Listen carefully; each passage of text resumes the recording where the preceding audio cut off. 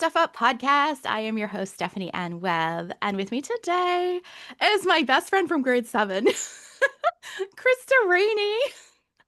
Hello. Hello, Krista. It's hilarious because you and I haven't really talked since No. 1992. Yeah, like we were literally counting. It's like what, 33 years or something like that? It gets weird because when after high school, you're like, I've been 5 years out of high school, and then 20, and then what? Yeah, You forget. exactly. But I found you on Facebook and because it came up for me memories, and then I was like, I'm gonna look up Krista.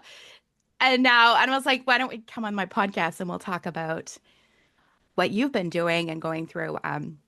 But it's so funny. Like I just like, oh, my best friend from grade seven. It just feel like no time has passed really. Well, Right. Yeah. time has passed, but we connect basically. I feel like the same. Anyways, so can you tell us a little bit about yourself? All right. So, like you said, I am Krista. And a lot of time has passed. So, I'll just give you a quick kind of recap of where I'm at. So, I have two awesome kids. I've been a single mom for 20 years now. I love party planning, outdoor activities, especially my paddleboard. Love cooking, reading, journaling, and have a chronic illness. And you have fibromyalgia. That's right, yeah. Can you tell us a little bit about? I think there's so much that we don't know about it. People hear it all the time. They're like, what is that exactly? So it is a nervous system disorder that affects pretty much your whole body. So um, the stimulus that is coming in feels greater than what it actually is. So everything is more amplified, it's louder, it's bigger, it's more painful, it lasts longer. And so all of that extra information coming in makes the person very tired. They're usually in a lot of pain. Um, it takes longer to recover, and they usually need a lot more downtime and quiet space time to kind of regroup. No, so stimulus. So do you wake up in pain, or is it when like just something will stimulate, then it's more pain than somebody who doesn't have fibromyalgia? So Sorry. someone with fibromyalgia is always in pain, and Okay. we kind of just get used to it. Some times are more than others. Like if you're under more stress, you'll have more pain. If the weather is kind of wonky, you'll have more pain. Sometimes, like going through the day, I might not wake up with pain, but by the end of the day, I might have more pain based on what I did that day or couldn't do that day. Yeah, it's very variable, and there's so many different variables for different people and different, yeah, like it's not just a cut and paste. This is what it looks like. So everybody has different ways. And then there's also different ways of coping with it too. And that must be harder to get diagnosed when it looks different for different people, but also, and I have a friend who has fibromyalgia and many other illnesses, and she has had to um, fight for her, for the doctor, for her to be heard, for the doctor to take her seriously. And so, Yes, can you that share a little bit about your experience?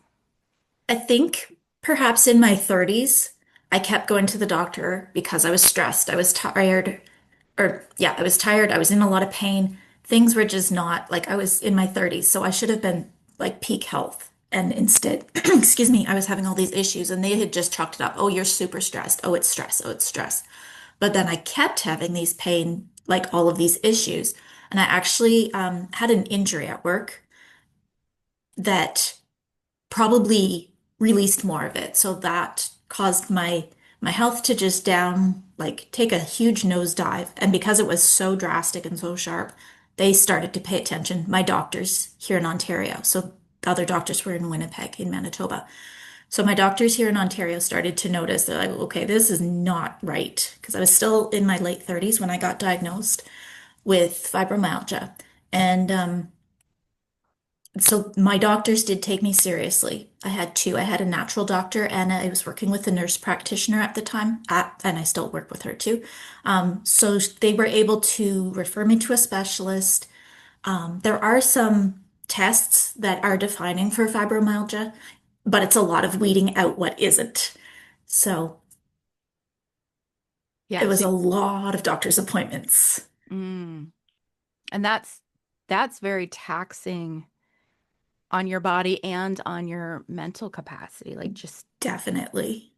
Definitely. Yeah. being poked and prodded and ask questions. I don't like going to the doctor because for me, sometimes I get brain fog, and especially when I'm in, I don't know, sometimes it's the weather, or if I'm in a bit of like a weird place in my life, like mentally, I'll have a lot of brain fog and I just can't think. And Yeah. so sometimes at doctors, they're asking all these questions, and I'm just like, And you're like, I don't yeah, even know. okay, I'm not the only one. Because I remember one time it was just, well, when was this and when was that? And I was like, well, and I just felt so stupid because, and me being more like I'm highly sensitive. And so sometimes when people have a more masculine energy and they can come across as aggressive to me, I get even more brain fog. I get even more nervous. Yep, that makes And I've had sense. doctors that do that, and I'm just like, I don't like this. I like the gentle. That works best for me. Yeah, But definitely. yeah, and I wanted to talk to you about, so first of all, it's challenging in itself living with an illness, and especially one that people can't obviously see. But then you're living out in the world where people don't understand. And can you talk a little bit about maybe a situation where you were experiencing like people not understanding that you're going through something, and there was a lot of judgment and just like, because I want to help people better understand how can stop and realize maybe we don't know what's going on with somebody. Mm. Maybe we can be a better support. So is Right. there, I'm sure you have many situations that have come up with that. Can you share one? So I would definitely say in the workplace is a very challenging place for people with fibromyalgia and other chronic illnesses, especially if they're invisible, because they're expected to uh, perform at the same level as the normal people, yet it's so much more taxing on us. Like if I get overwhelmed, then I know when I am, and then so somebody asks me something and I could snap uncharacteristically or take a really long time to process their question, and then they'll be like, "Well, didn't you hear my question?" I'm like, "Yeah, I did hear your question. I'm trying to process it." So I did find that a lot in the workplace, especially. And because that environment is so uncontrollable. In my own home now and my own life, I've built up my environment so that it supports me. And I've also learned more about my own condition and how I can help myself. So now I'm able to tell others, okay, actually, no, this is too much for me right now, so I'm just going to leave. um, which I've had to do many times. And the people like, let's say the Bible study ladies or something, they understand now. At first, they were taking it personally, but now because I'm like, actually, there is something really wrong that is making me not be able to be here with you. It's not you girls. It's too much for me. So that was a bit of an education for them. So now they're a little bit more understanding. How about Oh, that? that's, you know what, and you sharing that and having, and I know a lot of people when they're dealing with disabilities or they're marginalized groups, they have had to explain to people because it's just like, yeah, you're not getting it, and it's on us to have to share this, and that's hard. And yet, because you share and people are open, then there's a better understanding because like you said, people can take things so personally. Like Definitely. I've taken things so personally. It's like so and so couldn't hang out today, and I'm like, that's not fair. Yeah, I have a friend who had to cancel quite a bit because of different health challenges, and I used to take it very personally, like as a teenager. And then she would just explain, guys, I'm literally not well. Yeah. And then we started understanding. So it's a wonderful thing that you're doing, even though it is hard on you, I would Yes. imagine, having to always But I explain. wanted to say everyone doesn't need an explanation. True. Like my friends do. The lady at the store yelling at me, going, "Didn't you hear my aunt question?" She doesn't need an explanation. I can walk away and give her to somebody else. Yes. But yeah. And Very not true. everybody can accept or understand your explanation either. Right.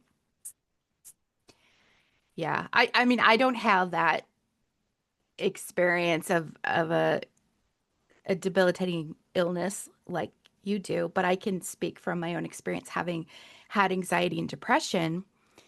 And I worked at a bank and a call center within that bank. And the also being highly sensitive, the I get overwhelmed and overstimulated easily.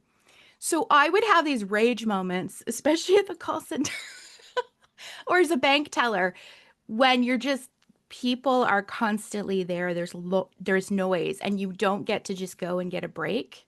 Yeah. You're stuck. And then I would get a lot of what's wrong with you? Or I would get talked to by my manager. I got in trouble quite a few times. And I was just dealing with so much, Yeah. first of all, trauma from my own background, but then also the overwhelming, the overstimulation, Hmm. and not having that understanding. So, and then, yes, and I think if there is somebody who understands in a sense of you're going through something, because I've had this, and I'm sure you've probably had this, where that person would say, "Are you okay, Krista?" To have that awareness, not everyone has it, of course, but to have that awareness of like, okay, you're upset at something right now. It's a beautiful, beautiful thing when somebody can say, "Are you okay?" Yes, definitely. And when they can appreciate your triggers. And Yes. so some people, not all, but some people I've been with are like, okay, time to leave. Or I can see that this is too much. How about we go over here? So I really appreciate those people who have taken the time to recognize the triggers and are sensitive for me so that I don't have to worry about it all. But there are few.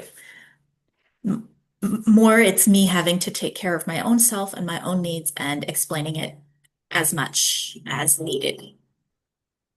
So, what are some tools that you have? Like when you did, because you said now that you work at home, you're able to manage things for what works best for you. But when you were in the workplace, what were some tools that you had to use when going through like a really challenging situation?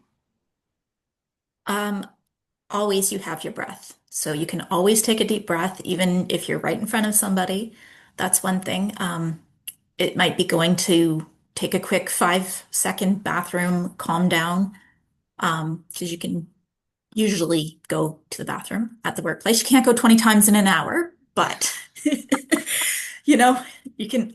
So my breath was definitely very helpful towards the end of my time of working because everything was so super amplified. I literally had hat and sunglasses on inside the store, which bothered some people. They're like, "What, did you get drunk last night? What, you're wearing sunglasses inside?" So whatever. I'm like, you don't, it's not you, it's me right now. This is what I have to do.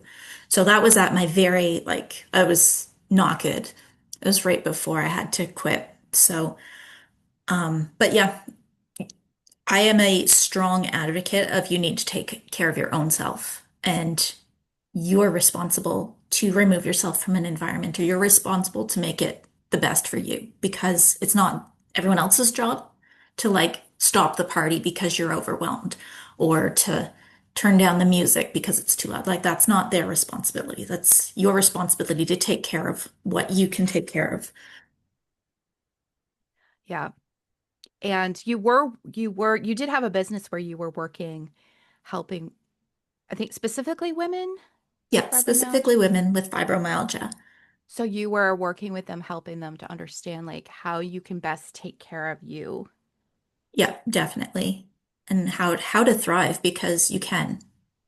Going from like hat and sunglasses and not being able to cope to thriving and going for walks and managing my household, my health.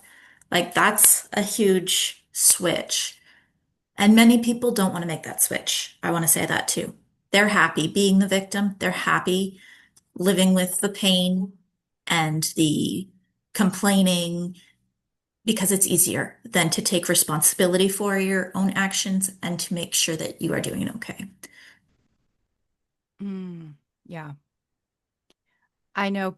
I've I've been there myself just with certain injuries I've had, health challenges, and the the sympathy that you can receive from people can be a little bit addicting at times. Like, um, Yeah. but And yeah, yeah.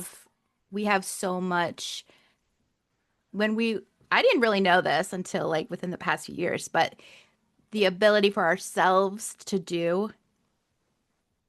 to take control of our lives, to have power of our lives. There's so much Mhm. more than what we actually sometimes think Yes. that we can. And like you were saying, I, I remember always thinking, I wish the world would change for me. Mm. And I do see this a lot of times. Well, people can't say this or they can't do that because I don't like it. And while it would be wonderful to have when we bring in more empathy in this world and there's more of that, it's beautiful. It can tip a little too far to the extreme where it's like everyone else has to change for me. Mm. And just like you were saying, it's our responsibility for what we can do for ourselves because we can't change others. Yeah. Or the environment, really. Right. The outside environment The in your outside. own home. You can, you've got that power, but Yeah. So, with regards to if you were to have somebody who says, "Well, I don't really know what to say to somebody," because it can be very challenging for people. Maybe they're sensitive to others in the sense of I don't want to say the wrong thing or I don't want to do the wrong thing.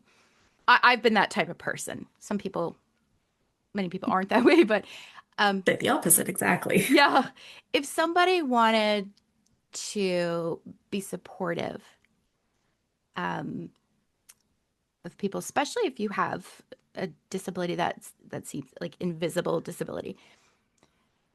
Where was I going with that? Sometimes my brain goes over here.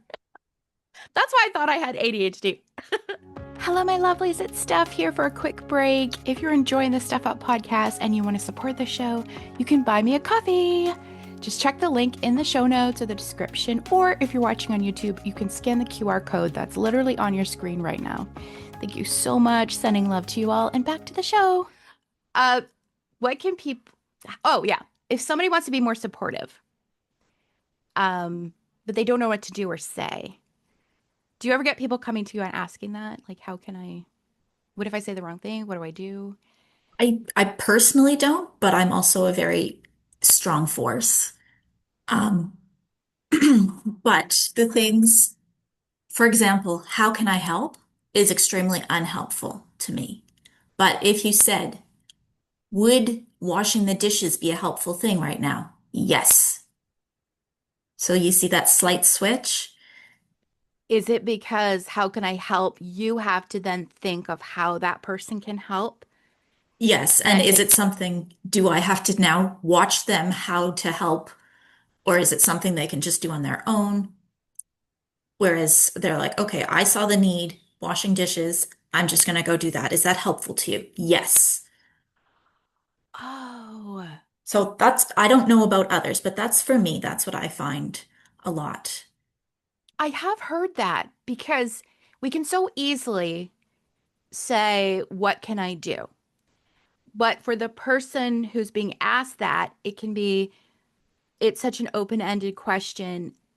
And you might have to say, well, now it's up to me to determine, well, I don't know, nothing, right? Or you Yeah. might not think of anything. But when you get more specific and take initiative, that's very Yes, helpful. definitely. But then that's probably also on me to say, actually, the dishes need doing. But yeah, sometimes it's just too big to Yeah. think about that. Like you said, it's too open. Well, I need this and this and this and this and this, and I don't want to ask you for 25 things. But if you just say, can I do this? Yes. Or I'll say no, but this would be more helpful. And this is a complicated thing in this world is like, because not everyone thinks like that. And No, and so, oh my gosh, the miscommunication is fascinating with people or how we all view definitely. things. Because I've had people say, well, why didn't you say this? Why didn't you ask that? I'm like, how would I know to ask that? Well, that's what they would have asked.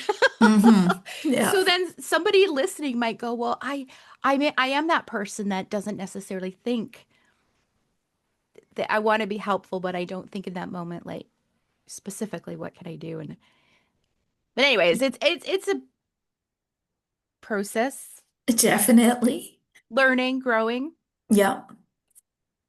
One thing that helped me is because I'm old-fashioned and I love to write, I actually literally wrote down a Krista manual and I made this for my family and friends. And once they received that, they were like, oh my goodness. First of all, we didn't know what you were going through. Secondly, this makes it so much easier to understand how we can help because people do want to help. Your friends and family, they do care about you, but they don't have the awareness or the capacity to just come in and do something. And everyone kind of tippy toes around everybody, and we're all just nice because we're all women and Yeah. all the things. But yeah, so that was super, super helpful to my friends and family doing that. Mm. Do you mind sharing some things from the Crystal Manual? So I said like noise, lights, sounds. That's one of my major triggers. So I'm like, okay, if I have to leave, or if I'm wearing sunglasses and it's weird, even though it's dark, this is why.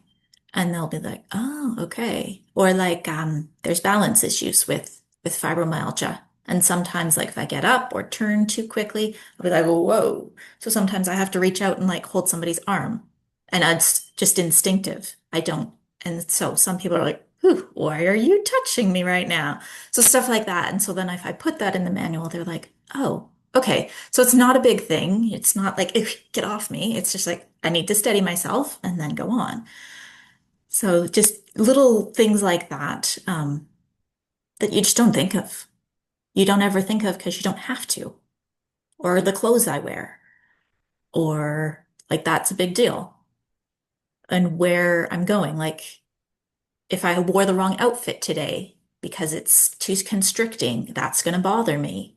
So then, there's all so many little things I think that adds up. It's not the big things, but the big things are kind of like the buckets, like noise, light, sounds, like your environment. Those are the big things. But then under those big things, there's like all these tiny little things that you just don't think about because you don't have to until you have to.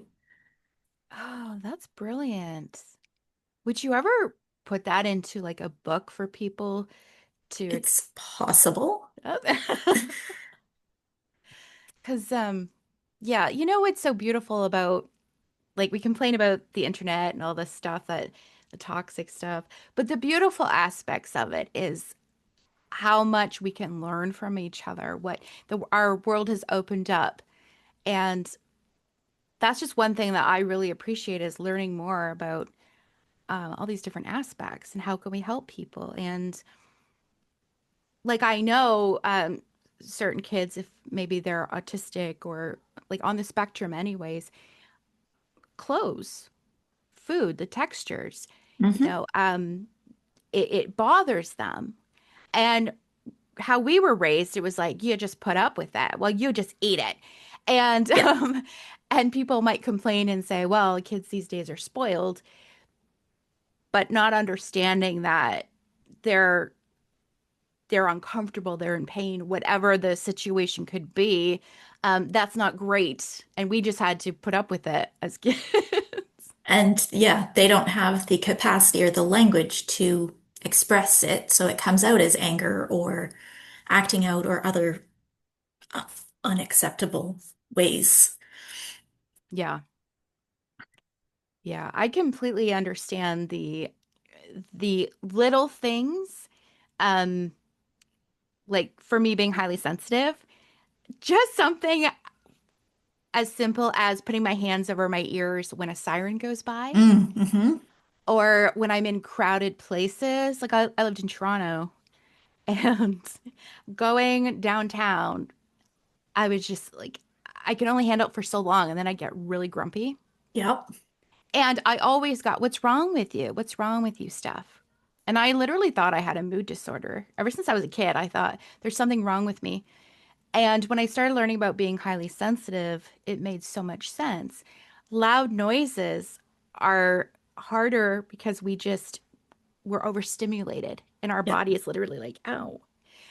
So there's nothing wrong, but having those little moments. And if I had known enough in those days when I lived in Toronto, that's when I learned about being highly sensitive. But if I had known enough, I would have said, okay, this is what it is.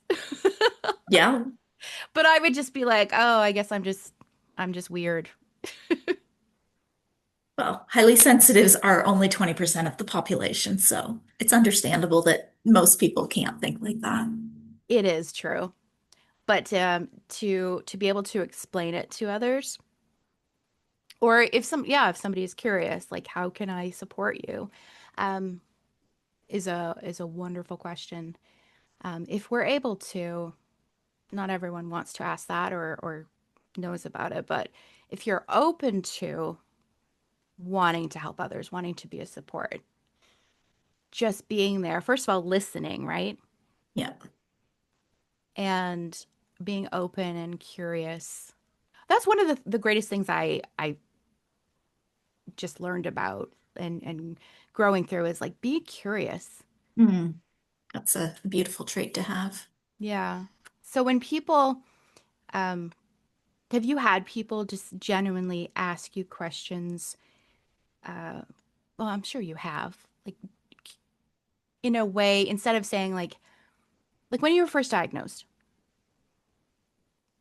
did you have people concerned like I'm curious about this illness, or was it generally just confusion and not wanting to understand? Like, how was that for you when you So were first diagnosed?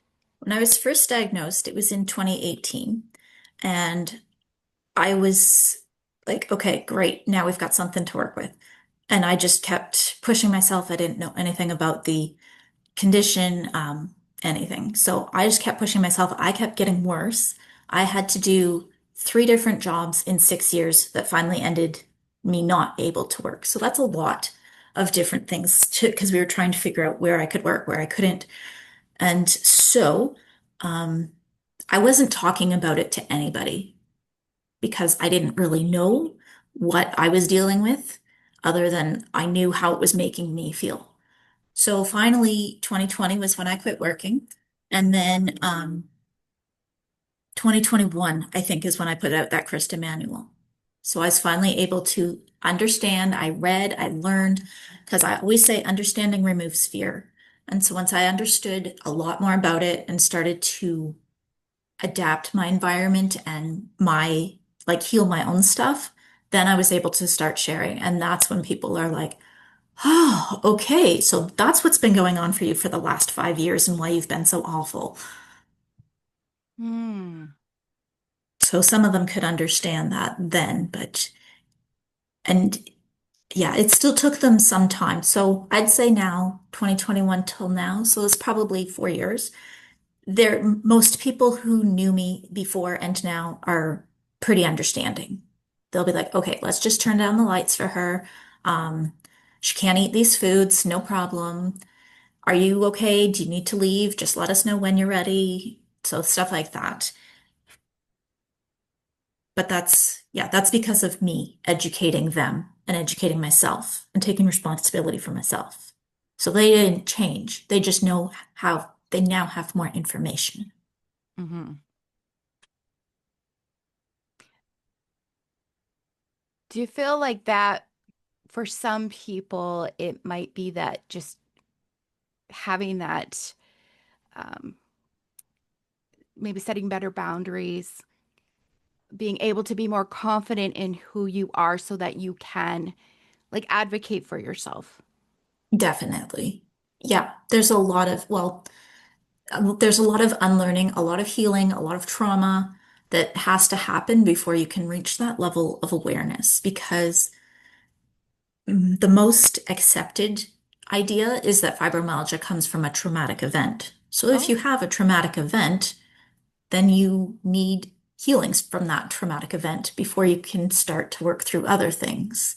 Because, and we're all holistic, everything is interconnected. The event to your mind, to the environment, to your experiences, like it's not just one, it's not just another. Like there's so much stuff. So when you start dealing with the trauma at first, then you can start working through the forgiveness and all the things. And then you can realize, okay, now, again, not everybody gets here. Everybody's still stuck in their trauma and hasn't dealt with it. But if you want to go farther, like it does take some deep work, but the results are well worth it. yeah, absolutely. That's that's so true. And I know that there's a lot of talk, and especially growing up religious, forgiveness was a word, at least for me and many people I know, that was a bit of a trigger because we were just told to just forgive. And yet, how I see it differently, how I know it is now, is learning to let it go for yourself. So for your own healing, so you're not, it's not staying stuck in your body. Yes. And I do see the comments online about they don't like the word forgiveness. And I completely understand because I feel like it is used a lot to dismiss. First of all, to not deal with the actual, it's there, it's for a lot of people it was like the victim has to forgive, but nothing has been done to the person who actually did. Hmm. They were bypassing that. So that can be something for people to be annoyed with that word forgiveness. But as well as it was just a dismissive, like you just need to forgive without Yeah. understanding how that worked. And when I started learning, because I would just pray and pray, God, please help me forgive. And it wasn't working. And then I realized, oh, I have to do the work Yeah. of letting go and learning and healing. So is that something that you, when you were working with women, was that something that you walked them through? Yes, definitely. Did you find that that word was a bit triggering for people, the forgiveness word? Sorry. Not, people don't understand it, like you said, because they think it is like just saying, all right, you go scot-free, but really it isn't. It is way more than that, and it's for yourself. There's a beautiful quote that I heard like a long time ago when I started into the forgiveness journey was you're drinking the poison and waiting for the next person to die. Yes, I've heard that too. Whereas actually, that's not how you want it to be. Because it's like the more you don't forgive, the more power they have over you. You don't want that. Right. You don't want their power on you. So, Absolutely. Well, Krista, is there any words of wisdom or anything that you want to add before we close for today? again, I'll go back to take care of your own self. You've got to advocate for yourself, even though it might be exhausting. You are responsible for your own self, nobody else. Two, lots of love, lots of compassion, and realize that you are in a different season. There's a before and there's an after. After is your new normal now. Um, and just find the people who love you and release the people who don't. Mm, great words of wisdom. Thank you. If people want to get in contact with you or ask you any questions, how is the best way to do that? The best way is probably through my private Instagram page, which is at Krista Ranne, just my name. And yeah, that would probably be the best right now. Awesome. And I'll put that in the show notes. So, Okay. well, thank you so much, Krista. It was lovely It having was you on the Stuff Up podcast. definitely good to connect again. Thank you. Thank you guys for listening. Sending love to you all. Bye. Bye.